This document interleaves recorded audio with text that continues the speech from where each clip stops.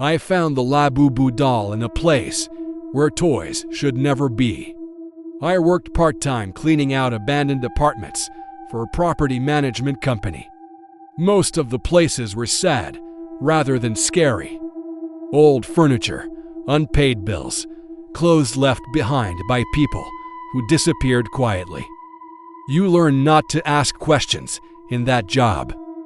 The apartment with the doll was different from the moment I opened the door. Everything inside was arranged neatly. No dust on the shelves. No smell of mold. The furniture was old, but polished. A single chair sat in the middle of the living room, facing the wall. No TV. No pictures. Just the chair and a small table beside it. On the table sat the doll, Labubu. It was smaller than I expected, its jagged smile frozen in place, glassy eyes staring straight ahead.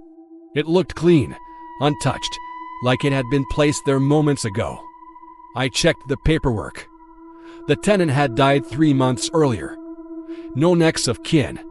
No instructions. I didn't touch the doll. Something about it made my skin prickle. Like standing too close to a power line, I cleaned the rest of the apartment quickly, avoiding the living room until the end. When I finally returned, the chair was no longer facing the wall. It faced the door, and Labubu was sitting on it. I stood there longer than I should have, telling myself exhaustion was messing with my head. I finished the job, locked the apartment, and tried to forget about it. I couldn't. That night, I dreamed of the chair. In the dream, I sat in it, unable to move, staring at the wall. I could hear breathing behind me, slow and patient. Something small climbed onto my lap. I woke up sweating. The next day, my supervisor told me the doll had been removed, thrown away. I felt relief until she added, "Strange thing though, no one remembers taking it." I laughed nervously and didn't ask more. 2 days later, I found Labubu in my car. It sat in the passenger seat, buckled in. I nearly crashed. I slammed the brakes and stared at it, heart pounding. The doll looked exactly the same, but there was something new carved into its foot. A tiny word, etched deep a look. I threw the doll out onto the street and drove away. That night, my phone rang at 2:14 a.m.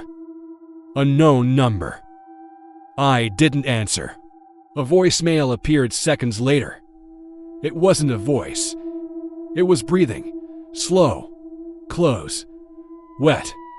I deleted it and didn't sleep. The following morning, my bathroom mirror was fogged over. Even though I hadn't showered, written into the condensation were 3 words. Sit still. Looky didn't go to work that day.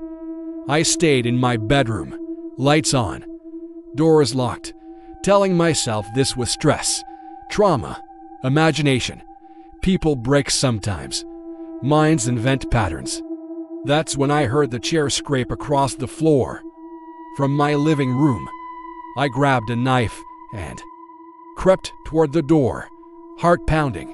The living room was empty, except for one thing, a chair, not mine. Old wood. Polished, facing the wall. Labubu sat on it. I screamed and ran. I stayed with my sister that night. I didn't explain everything. I couldn't. I just said someone was harassing me. She believed me. Until she found the chair. It appeared in her spare room overnight, facing the wall. Labubu sat on it. My sister refused to let me stay another night. I don't blame her. I tried a priest next, then a therapist, then the police. None of them helped. The doll never appeared when anyone else was watching. The chair vanished whenever someone entered the room with me. But when I was alone, It always came back, always facing the wall. I finally found something online buried in an old forum, written by someone who claimed to work in a care facility decades ago. They described patients who refused to turn around, who insisted something small sat behind them, watching if they moved. It moved closer. If they looked, it smiled. The post ended with one line: "Labubu teaches you how to sit still." I understood then. The chair appeared one last time in my apartment. I didn't run. I sat. I stared at the wall. Minutes passed. Then hours. My legs went numb. My eyes burned. Behind me, I felt a weight settle.